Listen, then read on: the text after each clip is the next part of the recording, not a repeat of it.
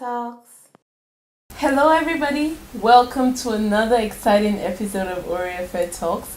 As you can see, with a smile on my face, and as you can see, I have the one and only Pastor Adeyemi of Daystar Church, Nigeria. Today, welcome very much, Ma. Thank you so much. Thank you, Oriofe. I'm excited to be with you. I'm more excited. I'm glad to be on OreofeTalks. My ministry has moved. Yes, you're going global. Oh, thank you Awesome. very much, You're Ma. welcome. Thank you. Thank you. I really appreciate you for honoring my invitation. Little old me, and And I appreciate you too. thank you, Ma. It's my pleasure. By the way, everybody thinks I'm the coolest person right now because I get to sit down with wow. I'm so humbled. All right. So, a little background. I know you went to Obafemi Awolowo University, Great Ife, and you studied architecture. Yes. Did you ever use that degree? I practiced for about 2 years, 3 years before I finally just moved away from it. Was this something you were passionate about? Well, initially I was, but by the time I was, getting out of college, the passion began to wane a bit. And so once I had the opportunity for ministry, I, began to see, okay, this is what I want to do. So that just drew more of my time. And I think it was when I had my first child that I actually just escaped. Yeah, I can definitely relate in to an that. architecture firm, but then I said, okay, I'm going on maternity leave. But I actually hinted that I will not be coming back. That's good. I'm glad that room opened for you because we're so blessed by your ministry. And if you were still in architecture, maybe you wouldn't have as much time. Maybe. Did you imagine yourself in ministry though? Yeah, when I was in school, when I was in the university, I knew I was deeply involved in the fellowship on campus. I was drawn to it. I was quite active. I served in a number of units. But I didn't think I'll be involved in this level of ministry. But I knew that I would serve God. I knew I won't just be someone that would just sit down, So when I got to Lagos, eventually, I did my youth corps there. Of course, I met my husband. He was a pastor already. I was very active in that church, not the church that we pastor currently. And I just found an avenue to serve. I loved to serve and loved God, with all my heart. And I look back now and I found that my days in the university was actually preparing me for ministry. Wow.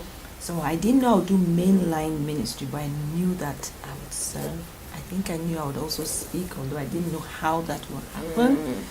I'd read about women of old like Catherine Kuhlman, Amy Simple McPherson, and when I was in college, I read about them, and I felt, maybe I was a bit drawn to them, but I noticed there was something about their lives. There was always something about the story of the family not coming together. So I was wondering if I wanted to get into all that, but I was just open to serve. Amazing. I think that's an important thing for us, just be open to be used by God. Exactly, you're right. Yes, ma'am. Right. So with such a thriving ministry, and then you also do so many other things that would get into your organizations and things like that, how do you combine being in this ministry with being a wife and with being a mother? And as well, how do you separate it? Yes, I know it's quite a lot. Looking at everything and all that I do, or that I'm privileged to be a part of. But I realize that our lives have been in phases. There have been seasons. We started Daystar about 22 years ago. Oh, wow. Yes, so the early stages, yes, I was all in it. And it was all about service, just all over the place. Because I remember my husband, he's just purely a teacher, pastor, and he would just face the pulpit, the word, and then the meetings with the pastors. But I think I was just almost everywhere. Today I'm in the choir, I'm in the children's church, just wherever there's a need, I will be there for a while. Then I might move away from there and just focus on somewhere else. I think my idea was just to strengthen those places that he couldn't really see. So our kids were young then when we said this time. We had just one little girl, barely a year old. Oh wow. Yes, but today Daystar has evolved because we've trained pastors. We have quite a number of pastors. Over time, some have left to start their own independent ministries, but we still have, at least right now as we're speaking, we have at least, about 12. Oh. Yes, pastors with us. So that's why you might go to Daystar this Sunday now and not see us. You might not see me, you might not see my husband, but you will definitely be blessed because all the pastors can teach.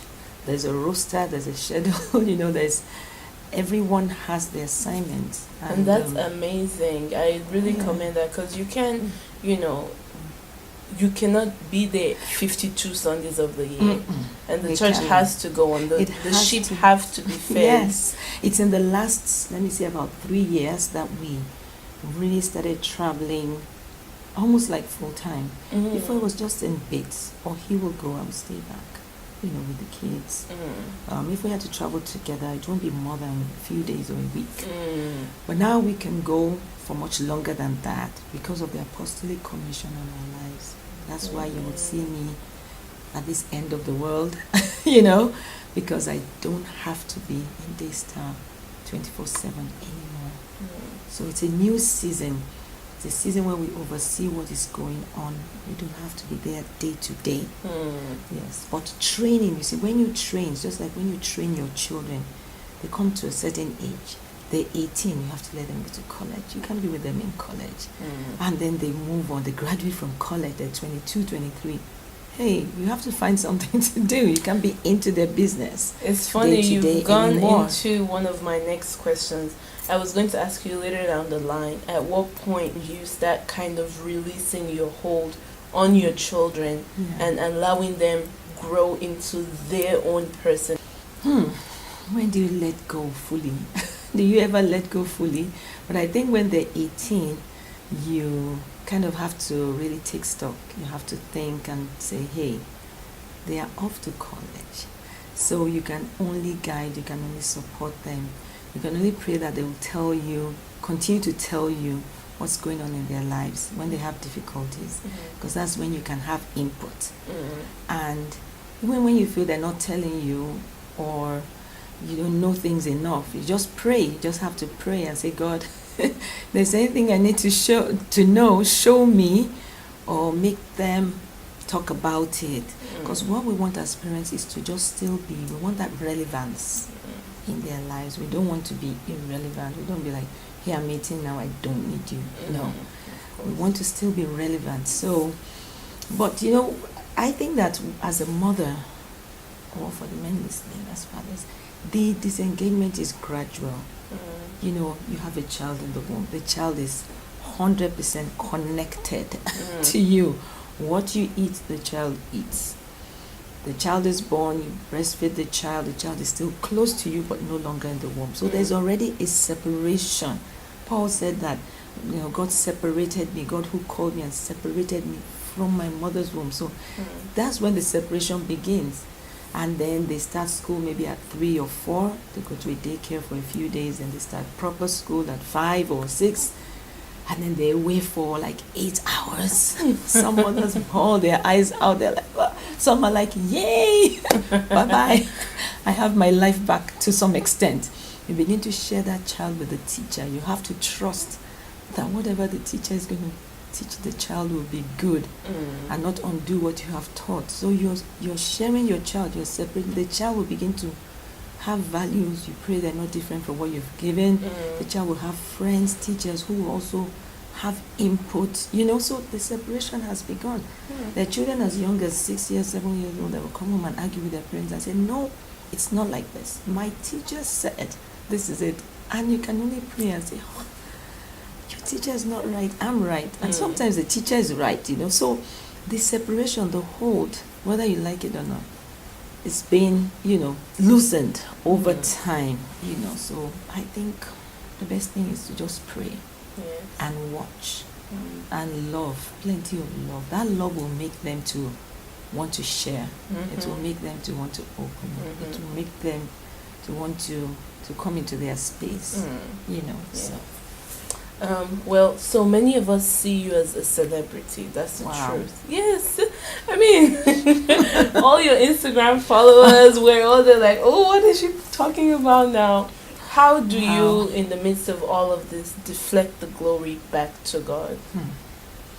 I always give the glory to God because first and foremost, I don't even see myself that way. Honestly, half the time, most of the times, I forget.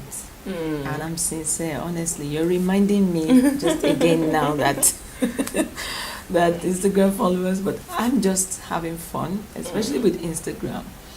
My Instagram is kind of like, I know I'm blessing people. It's deliberate to add value, and in the process, also enjoy myself. We get to know. We get to more. Care. No, we get to, and I like that because there's that side of me that is a bit fun. And a bit extroverted as well. So I thank God for social media. I don't care what people say about it. Amen. See why millennials love you? I love social media. I like to connect with people.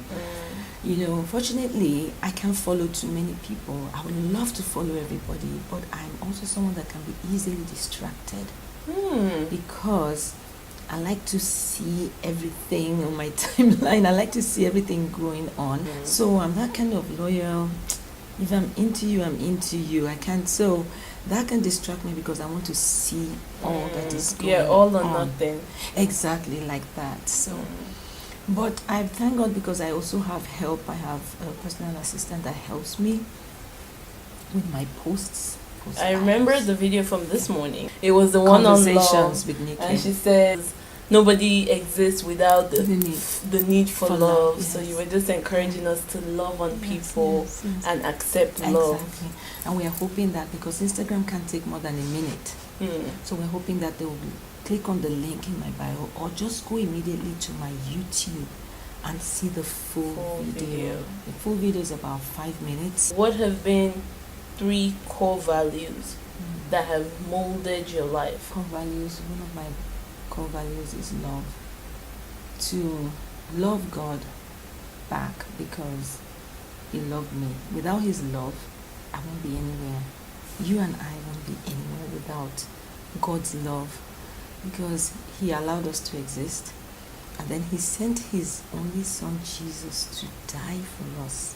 It's a very deep and personal thing for me that someone will die for me and pay that price up front.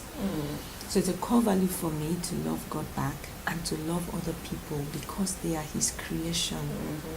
To not judge even when people hurt me, to still filter it through love, to still ask God to let me see through the eyes of love. What happened, what went wrong. Another core value is humility. Even though I may not, my humility, sincerely, it's